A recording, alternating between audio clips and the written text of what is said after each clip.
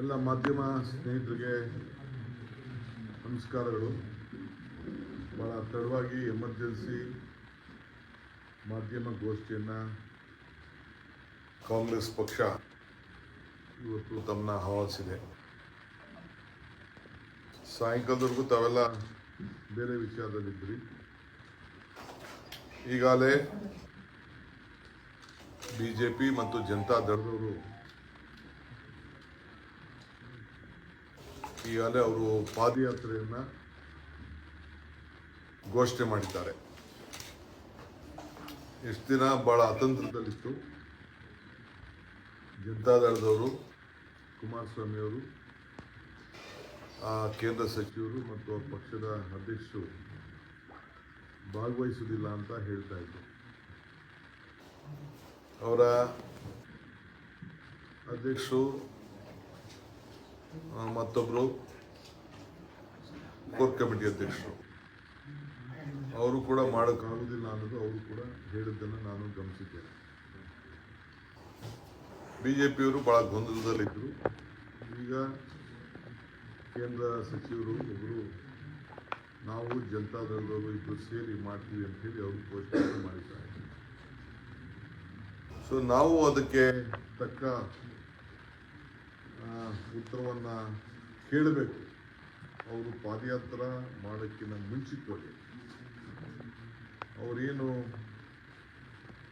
8 ದಿನಗಳ ಕಾಲ 7 ದಿನಗಳ ಕಾಲ ಅವರು BJP ಕರ್ನಾಟಕ ಘೋಷಣೆ ಮಾಡಿದರು. ಇಲ್ಲಿ ಜನತಾ ದಳ ಅಲ್ಲ. ಅವರೇನು ಅನೌನ್ಸ್ಮೆಂಟ್ ಮಾಡಿದ್ದಾರೆ, BJPಯವರು ಘೋಷಣೆ ಮಾಡಿರೋದನ್ನ ನಮ್ಮ ಹತ್ರ ಪಟ್ಟಿ ಇದೆ. ಪ್ರತಿದಿನ NDA ಅಲ್ಲ. ನಾನು ಮಧ್ಯಾಹ್ನ ಕೂಡ ಹೇಳಿದ್ದೆ, ಸ್ವಾಭಾವಿಕವಾಗಿ ಇದು ಜನತಾದಳದ ಏರಿಯಲ್ಲಿ BJPಯವರು ಅಕ್ರಮ ಮಾಡಲಿಕ್ಕೆ ಪ್ರಯತ್ನ ಮಾಡ್ತಾ ಇದ್ರು. ಅದನ್ನು ಅವರು ಪ್ರತಿಭಟನೆ ಮಾಡ್ತಾ ಇರ್ಬೋದು, ಅವರು ಅದಕ್ಕೆ ಅವಕಾಶ ಕೊಡದಿರ್ಬೋದಕ್ಕೆ ನಾವು ಪಕ್ಷ ಉಳ್ಕೊಳ್ಬೇಕಲ್ಲ ಅಂಥೇಳಿ ನಾನು ಲೆಕ್ಕಾಚಾರ ಹಾಕ್ಕೊಂಡಿದ್ದೆ. ಈಗ ಅವ್ರು ಒಪ್ಕೊಂಡು ಈಗ ಇಬ್ಬರು ಮಾಡ್ತಾ ಇದ್ದೀವಿ ಅಂತೇಳಿ ಅವರು ಘೋಷಣೆ ಮಾಡಿದ್ದಾರೆ. ನಮ್ಮದೇನು ಅಭ್ಯಂತರ ಇಲ್ಲ, ನಮ್ಮದು ಸ್ವಾಗತ. ನಮ್ಮ ಸರ್ಕಾರ ಅವರ ಪಾದಯಾತ್ರೆಗೆ ಏನೇನು ಅವ್ರಿಗೆ ಸೌಲಭ್ಯಗಳು ಪರ್ಮಿಷನ್ಗಳು ಕೊಡಬೇಕು, ಅದಕ್ಕೆ ನಮ್ಮದು ಯಾವ ಥರದ ಅಡ್ಡಿ ಆತಂಕ ಕೂಡ ಇಲ್ಲ. ಆದರೆ ಬೆಂಗಳೂರು ನಗರದಲ್ಲಿ ಮಾತ್ರ ಸ್ವಲ್ಪ ಸುಪ್ರೀಂ ಕೋರ್ಟ್ದು ಒಂದು ಆದೇಶ ಇದೆ, ಹೈಕೋರ್ಟ್ ಆದೇಶ ಇದೆ. ಸಿಟಿ ಒಳಗಡೆ ಅವಕಾಶ ಕೊಡಬಾರ್ದು ಅನ್ನೋ ದೃಷ್ಟಿಯಿಂದ ಅದು ನಮ್ಮ ಹೋಮ್ ಮಿನಿಸ್ಟರ್ ಅವ್ರಿಗೆ ತಿಳಿಸಿದ್ದಾರೆ. ಸೊ ಮಿಕ್ಕಿದ್ದು ಏನೇನು ಬೇಕೋ ಅವ್ರಿಗೆ ಪರ್ಮಿಷನ್ಸು, ಪ್ರಜಾಪ್ರಭುತ್ವದ ವ್ಯವಸ್ಥೆ ನಾವು ಅವ್ರಿಗೆ ಅಡಚಣೆ ಮಾಡೋದು ಬೇಡ. ಅವ್ರ ಆಚಾರ ವಿಚಾರ ಏನಿದ್ರು ಅವ್ರು ತಿಳಿಸ್ಲಿ, ನಮ್ಮ ಆಚಾರ ವಿಚಾರ ಏನಿದ್ರು ನಾವು ತಿಳಿಸೋಣ ಅಂತೇಳಿ ನಾವು ಅದಕ್ಕೆ ಅವಕಾಶವನ್ನು ನಾವು ಮಾಡಿಕೊಡ್ತೀವಿ. ಅದಕ್ಕಿಂತ ಮುಂಚಿತವಾಗಿ ಒಂದು ದಿನ ಮುಂಚಿತವಾಗಿ ಕೇಂದ್ರ NDA ಸರ್ಕಾರ ಕರ್ನಾಟಕ ರಾಜ್ಯಕ್ಕೆ ಮಾಡ್ತಿರೋಂಥ ಅನ್ಯಾಯ ತಮಗೆಲ್ಲ ಗೊತ್ತಿದೆ. ಈ ವರ್ಷ ಬಜೆಟ್ನಲ್ಲಿ ನಮ್ಮ ರಾಜ್ಯಕ್ಕೆ ಏನು ಅನ್ಯಾಯವನ್ನು ಮಾಡಿದ್ದಾರೆ, ಹಣವನ್ನು ಬಿಡುಗಡೆ ಮಾಡದೆ ನಮ್ಮ ರಾಜ್ಯದ ಬಗ್ಗೆ ಏನು ಮಲತಾಯಿ ಧೋರಣೆಯನ್ನು ಮಾಡ್ತಾ ಇದ್ದಾರೆ, ಅದ್ರ ಬಗ್ಗೆ ನಾವು ಪ್ರಶ್ನೆಯನ್ನು ಕೇಳಬೇಕು ಅಂಥೇಳಿ ಇಚ್ಛೆ ಪಡ್ತಾ ಇದ್ದೀವಿ. ಅದಕ್ಕೆ ಪ್ರತಿ ದಿನ ಕೂಡ ಒಂದು 3 ಜನ 4 ಜನ ಮಿನಿಸ್ಟರ್ಸು, ನಾಯಕರುಗಳು, ನಮ್ಮ ಪಕ್ಷದ ನಾಯಕರು ಅವರಿಗೆ ಪ್ರಶ್ನೆಗಳನ್ನು ಕೇಳ್ತಾ ಇದ್ದಾರೆ. ಅದಕ್ಕೆ ಅವ್ರ ಉತ್ತರವನ್ನು ಕೊಡಬೇಕಾಗಿದೆ.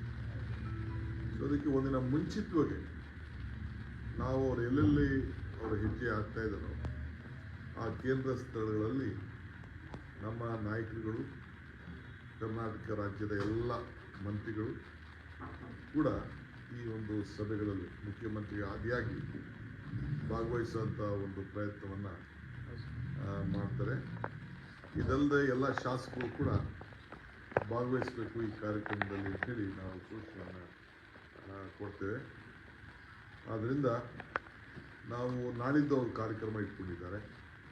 ಅದಕ್ಕೆ ನಾಳೆ ಬಿಡದಿಲಿ ನಾವು ಒಂದು ಸಭೆ ಮಾಡಿ ಮಧ್ಯಾಹ್ನ 11 ಗಂಟೆಗೆ ಒಂದು ಸಭೆಯನ್ನು ಇಟ್ಕೊಂಡು ಆ ಸಭೆಯಲ್ಲಿ ಅವ್ರಿಗೆ ಒಂದು ಕೆಲವು ಪ್ರಶ್ನೆಗಳನ್ನು ಹಾಕುವಂಥ ಕೆಲಸವನ್ನು ನಾವು ಮಾಡ್ತೇವೆ. ಬಿ ಜೆ ಪಿಯ ಅವಧಿಯಲ್ಲಿ ಕರ್ನಾಟಕ ರಾಜ್ಯದಲ್ಲಿ ಏನೇನು ಹಗರಣಗಳ ಅವರು ನಡೆಸಿದ್ದಾರೆ, ಏನೇನು ತನಿಖೆಗಳು ಆಗ್ತಾ ಇದೆ, ಅವಕ್ಕೆಲ್ಲ ಅವ್ರ ಕಾಲದಲ್ಲಿ ಏನು ಮಾಡಿದ್ದಾರೆ ಅದನ್ನು ಸಾರ್ವಜನಿಕರು ಕೂಡ ನಾವು ತಿಳಿಸ್ಬೇಕಾದ್ದು ನಮ್ಮ ಕರ್ತವ್ಯ. ಅದನ್ನು ತಿಳಿಸಿ ಅವರು ಅದಕ್ಕೆ ಉತ್ತರವನ್ನು ಕೊಡಬೇಕು. ಒಂದು, ನಮ್ಮ ಕೇಂದ್ರ ಸರ್ಕಾರ ಮಾಡಿದಂಥ ತೊಂದರೆ ನಮ್ಮ ರಾಜ್ಯಕ್ಕೆ, ಅದಕ್ಕೆ ಉತ್ತರ ಕೊಡಬೇಕು. ಎರಡನೇದು, ಅವ್ರಿಗೆ ಏನೇನು ಭ್ರಷ್ಟಾಚಾರದ ಗೂಡೇನಿದೆ ಆ ಗೂಡನ್ನು ಬಿಚ್ಚಿ ಇಡುವಂಥ ಕೆಲಸವನ್ನು ನಾವು ಮಾಡ್ತೇವೆ. ಅದಕ್ಕೆ ಅವ್ರು ಉತ್ತರವನ್ನು ಕೊಡಬೇಕು ಅಂಥೇಳಿ ನಾವು ಒತ್ತಾಯವನ್ನು ಮಾಡ್ತಾಯಿದ್ದೀವಿ. ಮಂತ್ರಿಗಳು ಅವರಿಗೆ ಪ್ರಶ್ನೆಗಳನ್ನು ಹಾಕುವಂಥ ಕೆಲಸವನ್ನು ಮಾಡ್ತಾರೆ. ಪ್ರತಿದಿನವೂ ಮಂತ್ರಿಗಳು ಪ್ರಶ್ನೆ ಹಾಕ್ತಾರೆ, ನಾವು ಸಭೆ ಮಾಡ್ತೀವಿ, ಆ ಸಭೆಯಲ್ಲಿ ಹೇಳ್ಕೊಂಡು ಹೋಗ್ತೇವೆ. ಮೊದಲನೇದು 2ನೇ ತಾರೀಕು ನಾವು ಬಿಡದಿಯಲ್ಲಿ ಕಾರ್ಯಕ್ರಮವನ್ನು ಹಮ್ಮಿಕೊಂಡಿದ್ದೇವೆ, ಬಹಿರಂಗ ಸಭೆಯನ್ನು. 3ನೇ ತಾರೀಕು ರಾಮನಗರದಲ್ಲಿ ಸಭೆಯನ್ನು ಇಟ್ಕೊಂಡಿದ್ದೇವೆ. 4ನೇ ತಾರೀಕು ಚನ್ನಪಟ್ಟಣದಲ್ಲಿ ಸಭೆಯನ್ನು ಇಟ್ಕೊಂಡಿದ್ದೇವೆ. 5ನೇ ತಾರೀಕು ಮದ್ದೂರಿನಲ್ಲಿ, 6ನೇ ತಾರೀಕು ಮಂಡ್ಯದಲ್ಲಿ, 7ನೇ ತಾರೀಕು 9ನೇ ತಾರೀಕು ಮೈಸೂರಿನಲ್ಲಿ ಈ ಒಂದು ಕಾರ್ಯಕ್ರಮವನ್ನು ನಾವು ರೂಪಿಸಿದ್ದೇವೆ. ಅವರು ಕಾರ್ಯಕ್ರಮ ಮಾಡತಕ್ಕಂಥ ಒಂದಿನ ಮುಂಚಿತವಾಗಿ ಈ ಒಂದು ಸಭೆಯನ್ನು ಮಾಡಿ ಅವ್ರಿಗೆ ಪ್ರಶ್ನೆಗಳನ್ನು ನಾವು ಹಾಕ್ತಾಯಿದ್ದೇವೆ. ಏಕೆಂದರೆ ಜನರಿಗೆ ಅವರು ನಮ್ಮ ಸರ್ಕಾರವನ್ನು ಯಾವ ರೀತಿ ಅಸ್ಥಿರಗೊಳಿಸಲಿಕ್ಕೆ ಪ್ರಯತ್ನವನ್ನು ಮಾಡ್ತಾಯಿದ್ದಾರೆ. ಪ್ರಜಾಪ್ರಭುತ್ವದ ವ್ಯವಸ್ಥೆಯಲ್ಲಿ 136 ಜನ ನಾವು ಗೆದ್ದಿದ್ದೇವೆ. ನಮ್ಮ ಸರ್ಕಾರಕ್ಕೆ, ನಮ್ಮ ಮುಖ್ಯಮಂತ್ರಿಗಳಿಗೆ ಯಾವ ರೀತಿ ಅಸ್ಥಿರ ಮಾಡಬೇಕು ಅಂತೇಳಿ ಪ್ರಯತ್ನ ಮಾಡ್ತಾಯಿದ್ದಾರೆ. ಅದನ್ನು ನಾವು ಕೂಡ ಅವ್ರು ಎಲ್ಲಿ ಹೆಜ್ಜೆ ಆಗ್ತಾ ಇದ್ದಾರೆ ಅವರೆಲ್ಲ ಆ ಜಾಗದಲ್ಲಿ ನಾವು ಕೂಡ ಅವ್ರಿಗೆ ಪ್ರಶ್ನೆಯನ್ನು ಕೇಳಬೇಕಾಗಿದೆ. ಆ ದೃಷ್ಟಿಯಿಂದ ಕಾಂಗ್ರೆಸ್ ಪಕ್ಷದ ವತಿಯಿಂದ ಈ ಕಾರ್ಯಕ್ರಮಗಳನ್ನು ನಾವು ರೂಪಿಸ್ತಾ ಇದ್ದೀವಿ. ಈಗಾಗಲೇ ಅಸೆಂಬ್ಲಿಯಲ್ಲಿ ನಮ್ಮ ಮುಖ್ಯಮಂತ್ರಿಗಳಿಗೆ ಉತ್ತರ ಕೊಡಲಿಕ್ಕೆ ಅವರು ಬಿಡಲಿಲ್ಲ. ಆದರೂ ಕೂಡ ಮುಖ್ಯಮಂತ್ರಿಗಳು ದಾಖಲೆಯಲ್ಲಿ ಈ ಎಲ್ಲ ಏನೇನು ಅನ್ಯಾಯಗಳನ್ನು ಮಾಡಿದೆ, ಈ ಭ್ರಷ್ಟಾಚಾರ ತಾಂಡವ ಅವರ ಕಾಲದಲ್ಲಿ ಆಗಿದೆ, ಅವರೆಲ್ಲ ನಾವು ಪ್ರಶ್ನೆಗಳನ್ನು ಸುರಿಮಳೆಯಲ್ಲಿ ಅಲ್ಲಿ ಏನು ನಾವು ವಿವರಿಸಲಿಕ್ಕೆ ಆಗಿಲ್ಲ, ಇದೆಲ್ಲ ಕೂಡ ನಾವು ಮಾಡಬೇಕು ಅಂತೇಳಿ ನಾವು ತೀರ್ಮಾನವನ್ನು ಮಾಡಿದ್ದೇವೆ. ಆದ್ದರಿಂದ ನಾನು ರಾಜ್ಯದ ಎಲ್ಲ ಕಾಂಗ್ರೆಸ್ ಕಾರ್ಯಕರ್ತರಿಗೆ, ಸಾರ್ವಜನಿಕರಿಗೆ, ಮುಖಂಡರುಗಳಿಗೆ ಈ ಸಭೆಗಳಲ್ಲಿ ಪ್ರತಿದಿನ ಕೂಡ 11 ಗಂಟೆಗೆ ಈ ಸಭೆ ಇರ್ತದೆ, ಎಲ್ಲರೂ ಕೂಡ ಬಂದು ಭಾಗವಹಿಸಬೇಕು ಅಂತೇಳಿ ನಾನು ಮನವಿಯನ್ನು ಮಾಡ್ತಾಯಿದ್ದೀನಿ. ಆ ದೃಷ್ಟಿಯಿಂದ ಅವರು ಈ ಒಂದು ಸಾರ್ವಜನಿಕ ಪಾದಯಾತ್ರೆಯನ್ನು ಏನು ಅವರು ಹೇಳ್ಕೊಂಡಿದ್ದಾರೆ ಅದಕ್ಕೆ ನಾವು ಪ್ರತಿಯಾಗಿ ನಾವು ಕೂಡ ಜನರಿಗೆ ಕೆಲವು ವಿಚಾರವನ್ನು ತಿಳಿಸಬೇಕಾದಂಥ ಅವಶ್ಯಕತೆ ಇದೆ. ಅದರಿಂದ ಜನತಾದಳದವರು ಮತ್ತು BJPಯವರು ಇಬ್ಬರು ಕೂಡ ಇದಕ್ಕೆ ಉತ್ತರವನ್ನು ಕೊಡಬೇಕು ಅಂಥೇಳಿ ನಾನು ಒತ್ತಾಯವನ್ನು ಮಾಡ್ತೇನೆ.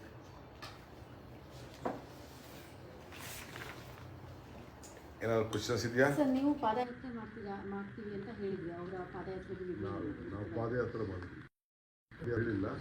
ನಾವು ಅವ್ರಿಗೆ ಪಾದಯಾತ್ರೆ ಮಾಡಬೇಕಾದ್ರೆ ಏನಕ್ಕೆ ಮಾಡ್ತಾ ಇದ್ದಾರೆ ಅಂತ ನಾವು ಅವ್ರಿಗೆ ಪ್ರಶ್ನೆ ಆಗ್ತಾ ಇದ್ದೀವಿ.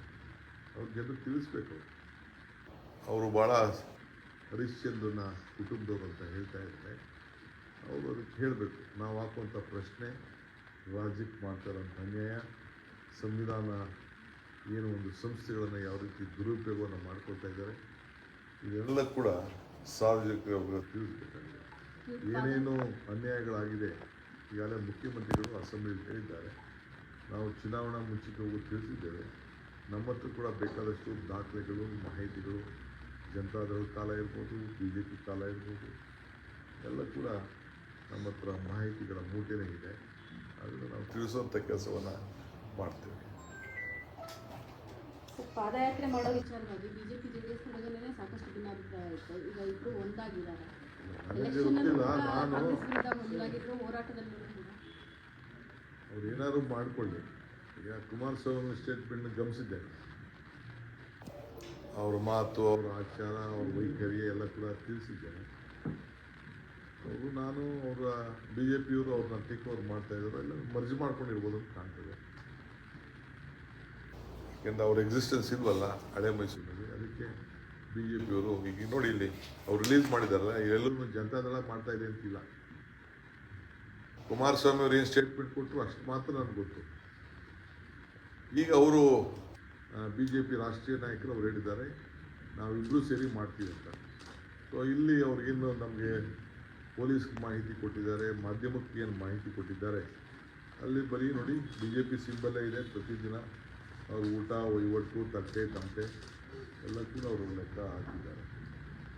ಅವರು ಹೆಸರಿಗೆ ಬಿ ಜೆ ಪಿ ನಮ್ಮ ಮಾಧ್ಯಮಕ್ಕೆ ಬಿಡುಗಡೆ ಮಾಡಿದ್ರು. ನಿಮ್ಗೇನಾದ್ರು ದಳದ್ದೇನಾದ್ರು ಹೇಳಿದಾರ? ಏನಿಲ್ಲ. ಸೊ ಈ ಕೊನೆ ಗಳಿಗೆಯಲ್ಲಿ ಬೆಂಬಲ ಕೊಟ್ಟಿರೋದ್ರಿಂದ ಯಾರ್ದಾರು ಒತ್ತಡ ಯಾಕೆನಾದ್ರು ಒಳಗಾಗಿದ್ದಾರಾ ಅಂತ? HDK ಕೊನೆ ಗಳಿಗೆನಲ್ಲಿ ಬೆಂಬಲ ಒತ್ತಡಕ್ಕೆ ಏನಾದ್ರು ಒಳಗಾಗಿದ್ದಾರಾ? ಎರಡು ಅವ್ರ ಪಾರ್ಟಿ ಉಳಿಸ್ಕೊಳ್ಳೋದು ಬಿಡೋದು ಅವ್ರು ಬಿಟ್ಟಿದ್ದು. ಇಲ್ಲ ಮರ್ಜಿ ಮಾಡ್ಬೋದು, ಮರ್ಜಿ ಮಾಡೋಕ್ಕೆ ಡಿಸಿಷನ್ ತೊಗೊಂಡಿರ್ಬೋದು. ನನ್ನ ಪ್ರಕಾರ ನನಗೆ ಅನಿಸ್ತದೆ ಅವ್ರ ಪಾರ್ಟಿ ಮರ್ಜಿ ಆಗ್ಬೋದು ಬಿ ಜೆ ಪಿ. ಅವ್ರ ಪಾರ್ಟಿ ಉಳಿಯಲ್ಲ ಅಂತ ನಾನು ಅಂದ್ಕೊಂಡಿದ್ದೀನಿ. ಅವ್ರ ಪಾರ್ಟಿ ಉಳಿಸ್ಕೊಳ್ಳೋಕ್ಕೋಸ್ಕರ ಅವ್ರು ಈ ತೀರ್ಮಾನ ಮೊನ್ನೆ ಅನೌನ್ಸ್ಮೆಂಟ್ ಮಾಡಿದ್ರು. ನನ್ನ ಎಕ್ಸಿಸ್ಟೆನ್ಸ್ ಉಳಿಸ್ಕೊಳ್ಬೇಕು ಅಂತ. ನಾನೊಬ್ಬ ರಾಜಕಾರಣಿಯಾಗಿ ನನಗೆ ಲೆಕ್ಕಾಚಾರ ಹಾಕೊಂಡಿದ್ದೆ. ಅವರು ಬಿ ಪಿ ಜಯಲಲಿತಾರು ಮತ್ತು ಅವ್ರ ಯುವ ಅಧ್ಯಕ್ಷರು ಅವರೆಲ್ಲ ಮಾತಾಡಿದ್ರು. ಅವ್ರ ಪಾರ್ಟಿ ಉಳಿಸ್ಕೊಳ್ಳೋಕ್ಕೆ ಎಕ್ಸಿಸ್ಟೆನ್ಸ್ಗೆ ಕ್ವೈಟ್ ನ್ಯಾಚುರಲ್ ಅವ್ರು ತೋರಿಸ್ಕೊಳ್ತಾರೆ ಅಂತ ನಾನು ಅಂದ್ಕೊಂಡಿದ್ದೆ. ಪರವಾಗಿಲ್ಲ, ನಮಗೇನು ತೊಂದರೆ ಇಲ್ಲ. ಅದು ಒಟ್ಟಿಗಾರು ಮಾಡಲಿ, ಮರ್ಜಾರು ಮಾಡ್ಕೊಳ್ಳಿ, ಬೇರೆ ಬೇರೆ ಯಾರು ಹೋರಾಟ ಮಾಡಲಿ, ಅದು ಅವರು ಪಾರ್ಟಿಗೆ ಬಿಟ್ಟಂಥ ವಿಚಾರ. ಸರ್, ಎಲ್ಲ ಸಭೆನಲ್ಲೂ ಎಲ್ಲ ಸಚಿವರುಗಳು ಇರ್ತಾರೆ, ಹೀಗೆ ಯಾವ ಥರ ಕಾರ್ಯಕ್ರಮ? ನಾವು ಕೆಲವ್ರಿಗೆ ನಾವು ಆ ಒಂದು ನೆರೆ ಪ್ರದೇಶಗಳಿಗೆ ಅವರು ಭೇಟಿ ಕೊಡಬೇಕು ಅಂತ ಕೆಲವು ಸಚಿವರಿಗೆಲ್ಲ ಹೇಳಿದ್ದೇವೆ. ಮಿಕ್ಕಿದವರೆಲ್ಲ ಬಂದು ಅಲ್ಲಿ ಬಂದು ಭಾಗವಹಿಸಬೇಕು, ಅವರು ಭಾಷಣವನ್ನು ಮಾಡಿ. ಸರ್, ಇಂತಿಂಥ ಸ್ಥಳಗಳಲ್ಲಿ ಇಂತಿಂಥ ಮಿನಿಸ್ಟ್ರುಗಳ ಅದು ನಾನು ಬಿಡುಗಡೆ ಮಾಡ್ತೀನಿ. ನಾನು ಪಟ್ಟಿ ಮಾಡಿದ್ದೀನಿ, ಎಲ್ಲರಿಗೂ ಹೇಳಿದ್ದೀನಿ. ಎಲ್ಲರಿಗೂ ಮಾತಾಡೋಕ್ಕೆ ಅವಕಾಶ ಕೊಡೋಕ್ಕಾಗದೇ ಇರ್ಬೋದು, ಬಟ್ ಎಲ್ಲರೂ ಪಾಲಿಸ್ಬೇಕು. ಸೊ ಭ್ರಷ್ಟಾಚಾರಗಳ ಬಗ್ಗೆ ನಾವು ಪ್ರಶ್ನೆಗಳನ್ನ ಕೇಳ್ತೀವಿ ಅಂತ ಅಂದರೆ ಅಂಥ ಸಂದರ್ಭದಲ್ಲಿ BJP ಸರ್ಕಾರದ ಅವಧಿಯಲ್ಲಿ ನಡೆದ ಭ್ರಷ್ಟಾಚಾರಗಳ ದಾಖಲಾತಿಗಳನ್ನ ಏನಾದರೂ ಬಿಡುಗಡೆ ಮಾಡ್ತೀರಾ? ಖಂಡಿತ ಪ್ರಶ್ನೆಗಳು ಹೇಳ್ತೀವಿ, ದಾಖಲೆಗಳು ಬಿಡುಗಡೆ ಮಾಡ್ತೀವಿ. ದಾಖಲೆ ಅಲ್ಲಿ ನಮ್ಮ ಪಬ್ಲಿಕಲ್ಲಿ ಮಾಡಿದ್ರೆ ಪಬ್ಲಿಕಲ್ಲಿ ವಿಚಾರ ಅಂತ ತಿಳಿಸ್ತೀವಿ. ಸರ್, ಇದು ಈ ಕಾರ್ಯಕ್ರಮ ಪಾದಯಾತ್ರೆ ಈ ಮೈಸೂರಿಗೆ 9ನೇ ತಾರೀಕಿಗೆ ಕ್ಲೋಸ್ ಮಾಡ್ತಾರೆ. ರಾಜ್ಯಾದ್ಯಂತ ಅವರಿಗೆ ಏನಾದರೂ ಪಾದಯಾತ್ರೆ ಯಾರೇ ಮಾಡ್ತಾರೆ? ಇಲ್ಲ, ನೀವು ಉತ್ತರವನ್ನು ಕೊಡ್ತಾ ಇದ್ದೀರಲ್ಲ, ನಾವು ಪಾದಯಾತ್ರೆ ಅಲ್ಲ, ಅವ್ರಿಗೆ ಪ್ರಶ್ನೆ ಆಗ್ತಾ ಇದ್ದೀರಲ್ಲ, ಇದನ್ನ ರಾಜ್ಯಾದ್ಯಂತ ತೆಗೆದುಕೊಂಡು ಹೋಗುವಂಥ ಯೋಜನೆ ಏನಾಗಿದೆ? ಈಗ ಮೈಸೂರಿಗೆ ಮಾತ್ರ ಸೀಮಿತ. ಇದು ಆದ್ಮೇಲೆ ಬೇರೆ ಬೇರೆ ಕಾರ್ಯಕ್ರಮ ಇದೆ ನಮಗೆ. ನಾನು ಯಾಕೆ ಈಗ ಒಂದೇ ದಿನಕ್ಕೆಲ್ಲ ಮಾತಾಡಬೇಕು? ನಿಮ್ಗೆ ಊಟ ಬೇಕಲ್ಲ, ಮಾಧ್ಯಮಕ್ಕೆ ಊಟ ಬೇಕಲ್ಲಪ್ಪ. ಸರ್, ಹಿಂದೆ ಸರ್ಕಾರ ಇದೆ, ನೀವು ತನಿಖೆ ಮಾಡ್ಬೋದಲ್ಲ BJP? ಅದು ಮಾಡ್ತಾ ಇದ್ದೀವಿ. We are on the job. ತನಿಖೆ ನಡೀತಾ ಇದೆ. ಮಧ್ಯದಲ್ಲಿ ಜನರಿಗೂ ಗೊತ್ತಾಗಬೇಕಲ್ಲ ಏನೇನಿದೆ ಅಂತ. ತನಿಖೆ ನಡೀತಾ ಇದೆ. ತನಿಖೆ ಅವರವ್ರ ಇಲಾಖೆಯವರು ಯಾರು ಏನೇನು ಮಾಡಬೇಕು ಅವರೇ ತನಿಖೆ ಕೊಟ್ಬಿಟ್ಟಿದ್ದಾರೆ. ಕೆಲವೆಲ್ಲ ಅವರು ತನಿಖೆಗಳು ಕೊಟ್ಟಿದ್ದಾರೆ. BJP ಮುಚ್ಕೊಂಡು, ಬಟ್ ಸತ್ಯಾಂಶ ಜನಕ್ಕೆ ಗೊತ್ತಾಗಬೇಕಲ್ಲ. ಈಗ ನೋಡಿ, ವೀರಯ್ಯನವರು ಅವರು ಜೈಲಿಗೆ ಹೋದರು. ಯಾಕೆ ಹೋದರು? 50 ಕೋಟಿ ರೂಪಾಯಿ. ಯಾರಿಗೂ ಗೊತ್ತೇ ಇರಲಿಲ್ವಲ್ಲ ಜೈಲಿಗೆ ಹೋಗಂಟ. ನಾವು ತನಿಖೆ ಚುರುಕು ಮಾಡೋದಕ್ಕೆ ಅವ್ರು ಜೈಲಿಗೆ ಹೋಗಿದ್ದು. ಹಂಗೆ ಮೊನ್ನೆ ಇನ್ಯಾರು ಇನ್ನೊಬ್ರು ಜೈಲಿಗೆ ಹೋದರು. ಆ ರೀತಿ ಇನ್ನೂ ಬೇಕಾದಷ್ಟಿದೆ. ಎಲ್ಲ ತನಿಖೆಗಳನ್ನು BJP ಮಾಡಿದ್ರು. ಅವ್ರು ಮಾಡಿದ್ದೇನೆ ಪಾಪ ಜನರಿಗೆ. ಅವರು ಭಾಳ ಹರಿಶ್ಚಂದ್ರ ಮೊಮ್ಮಕ್ಕಳು. ಆ ಮೊಮ್ಮಕ್ಕಳ ಹೆಸರನ್ನ ಈಚೆ ತರಬೇಕಲ್ಲ. ಅವರ ಹಗರಣದ ತನಿಖೆ ತಾರ್ಕಿಕ ಅಂತ್ಯಕ್ಕೆ ಹೋಗುತ್ತಾ ಅಥವಾ ಸುಮ್ಮನೆ ಬೆದರಿಸುವ ಕೆಲಸ? ನಾವು ಯಾರಿಗೂ ಬೆದರಿಸೋಂಥ ಸಂದರ್ಭ ಇಲ್ಲ. ಸೆಷನ್ ನಡಿಬೇಕಾದ್ರಿಂದಲೂ ಕೂಡ ಅವ್ರು ಹೇಳ್ತಾ ಇದ್ರು ಪಾದಯಾತ್ರೆ ಮಾಡ್ತೀವಿ ಅಂತೇಳಿ.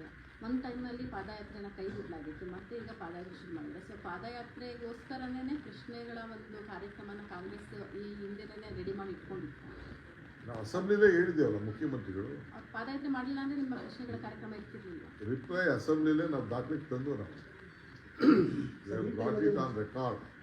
ಸರ್, ಈ ಟೈಮಲ್ಲಿ ಮಳೆ ಇಲ್ಲ, ಡ್ಯಾಮಲ್ಲಿ ನೀರಿಲ್ಲ ಅಂತಾರೆ, ಡ್ಯಾಮೆಲ್ಲ ತುಂಬಿದೆ. ಡ್ಯಾಮೆಲ್ಲ ತುಂಬಿದ ಮೇಲೂ ಈ ಥರ ಪಾದಯಾತ್ರೆ ಮಾಡ್ತಿದ್ದಾರಲ್ಲ, ಅವರು ಅಭಿವೃದ್ಧಿ ಅಂತ ನೀವು ಕೇಳಿದ್ರೆ ನೀವು ಅವ್ರಿಗೆ ಪ್ರಶ್ನೆ ಕೇಳಿ, ನಾವು ಅವ್ರಿಗೆ ಪ್ರಶ್ನೆ ಕೇಳಿ. ಒಂದು ಕಡೆ ಈಗಾಗಲೇ ನಾನು ಯಾಕೆ ನೀವು ಪಾದಯಾತ್ರೆ ಮಾಡಬೇಡ ಅಂತ ಹೇಳಿ? ಹೋದ ವರ್ಷ ವಿ ವೆಲ್ಕಮ್. ಅವರು ಪಾದಯಾತ್ರೆ ಮಾಡೋದನ್ನ ಅವ್ರು ಸ್ವಾಗತ ಮಾಡ್ತಾರೆ. ಪಾಪ ಅವ್ರು ಮಾಡಬೇಕು, ತಪ್ಪೇನಿಲ್ಲ. ಅವ್ರಿಗಿನ್ನ ಅನುಭವ ಇಲ್ಲ. ಹೊಸ್ದಾಗಿ ಏನೋ ನಾವು ಮಾಡಿದ್ದನ್ನ ನೋಡಿ ಟ್ರೈನಿಂಗ್ ತೊಗೊಳ್ತಾ ಇದ್ದಾರೆ. ಬೆಂಗಳೂರಲ್ಲಿ ಅವಕಾಶವಿಲ್ಲ ಪಾದಯಾತ್ರೆ ಮಾಡಲಿಕ್ಕೆ. ಬೆಂಗಳೂರಲ್ಲಿ ಓಕೆ. ಬೆಂಗಳೂರಲ್ಲಿ ನಾವು ಟ್ರಾಫಿಕ್ ಭಾಳ ವಿಚಾರ ಗಮನಿಸಬೇಕು. ಹೀಗೆ ಗಂಟೆಗಟ್ಟಲೆ ಜನ ಎಲ್ಲ ತೊಂದರೆ ಅನುಭವಿಸ್ತಾ ಇದ್ದಾರೆ. ಮಳೆಗಳು ಬಂತು ಅಂತಾರೆ. ಅದಕ್ಕೆ ನಾವು ಸಾರ್ವಜನಿಕ ಸಭೆಯನ್ನು ಮಧ್ಯಾಹ್ನ ಇಟ್ಕೊಬಿಟ್ಟಿದ್ವಿ. 12:30 ಬೆಳಗ್ಗೆ ವಾಪಸ್ ಹೋಗ್ಬೇಕಾಗುತ್ತೆ. ಅದಕ್ಕೆ ನಾವು ಬೆಳಗ್ಗೆ ಇಟ್ಟಿದ್ದೀವಿ. ಸರ್, ನೀವು ಎಲ್ಲ ಸಭೆಯಲ್ಲೂ ಭಾಗವಹಿಸ್ತಾರೆ ಸರ್. ಸಿ ಎಂ ಯಾವ ಸಭೆಗೆ ಬರ್ತಾರೆ ಅಂತ ಯಾವ ಡಿಸ್ಟ್ರಿಕ್ಟ್? CM ಕಾರ್ಯಕರ್ತರೇ, DCM ಕಾರ್ಯಕರ್ತರು, MLAಗಳು ಕಾರ್ಯಕರ್ತರು, ಮಂತ್ರಿಗಳು ಕಾರ್ಯಕರ್ತರು. ಕೆಲವರಿಗೆ ನಾವು ಡೈರೆಕ್ಷನ್ಸ್ ಕೊಟ್ಟಿದ್ದೀವಿ. ನೀವು ಹೋಗಿ ಕೆಲವರು ಹೋಗಬೇಕು ಅಂತ ಹೇಳಿದ್ದೇವೆ. CMಗೂ ಹೇಳಿದ್ದೀವಿ, ಕೆಲವು ಕಡೆ ಎಮರ್ಜೆನ್ಸಿ ನರೇಗೆ ಹೋಗಬೇಕು ಅಂತ ಹೇಳಿದ್ದೀವಿ. ಪಕ್ಷ ಹೇಳಿದೆ ಅವರಿಗೆ, ಕೆಲವು ಮಂತ್ರಿಗಳಿಗೆ ಹೇಳಿದ್ವಿ. ಮಿಕ್ಕಿದವರೆಲ್ಲ ಪಾರ್ಟಿಸಿಪೇಟ್ ಮಾಡ್ತಾರೆ. ಈಗ ನೋಡಿ, ಡೆಲ್ಲಿ ನಾಳೆ ಪಾರ್ಲಿಮೆಂಟ್ ಮೆಂಬರ್ಸ್ ಇದ್ದಾರೆ. ನಮ್ಮ ವರ್ಕಿಂಗ್ ಪ್ರೆಸಿಡೆಂಟ್ ಈಗ ತಾನೇ ಮಾತಾಡ್ತಾರೆ. ಪಾರ್ಲಿಮೆಂಟ್ ಬಿಟ್ಟು ಬರಬೇಕು, ಇಲ್ಲಿ ಅಟೆಂಡ್ ಮಾಡಬೇಕು ಅಂತ ಕೂದು ಇದನ್ನು ಮಾನಿಟರ್ ಮಾಡಬೇಕು ಅಂತ ಹೇಳಿದ್ದೀವಿ. ಸೊ ಎಲ್ಲರೂ ಬರ್ತಿದ್ದಾರೆ. ಈಗ ನಮ್ಮ ವರ್ಕಿಂಗ್ ಪ್ರೆಸಿಡೆಂಟ್ ಈಗ ತಾನೇ ಹೇಳಿದ್ದಾರೆ. ಈ ವರ್ಕಿಂಗ್ ಪ್ರೆಸಿಡೆಂಟ್ ಹುಬ್ಳಿ ಧಾರವಾಡಿಂದ ಯಾವ್ದು ಬಂದಿದ್ದಾರೆ, ಮಂಗಳೂರಿಂದ ಇವರು ಬಂದಿದ್ದಾರೆ. ಎಲ್ಲ ಕೆಲಸ ಬಿಟ್ಬಿಟ್ಟು ಬರ್ತೀವಿ. ನಮಗೆ ಪಾರ್ಟಿ ಜನರಿಗೆ ಒಳ್ಳೆ ಅಧಿಕಾರವನ್ನು ಕೊಟ್ಟಿದ್ದಾರೆ. ಆಡಳಿತವನ್ನು ಕೊಡಬೇಕು. ಭ್ರಷ್ಟ BJPಯ ವಿರುದ್ಧ ಜನ ಏನು ನಿರೀಕ್ಷೆ ಮಾಡಿದ್ದಾರೆ ಅದನ್ನು ತಿಳಿಸ್ಬೇಕು. Thank you.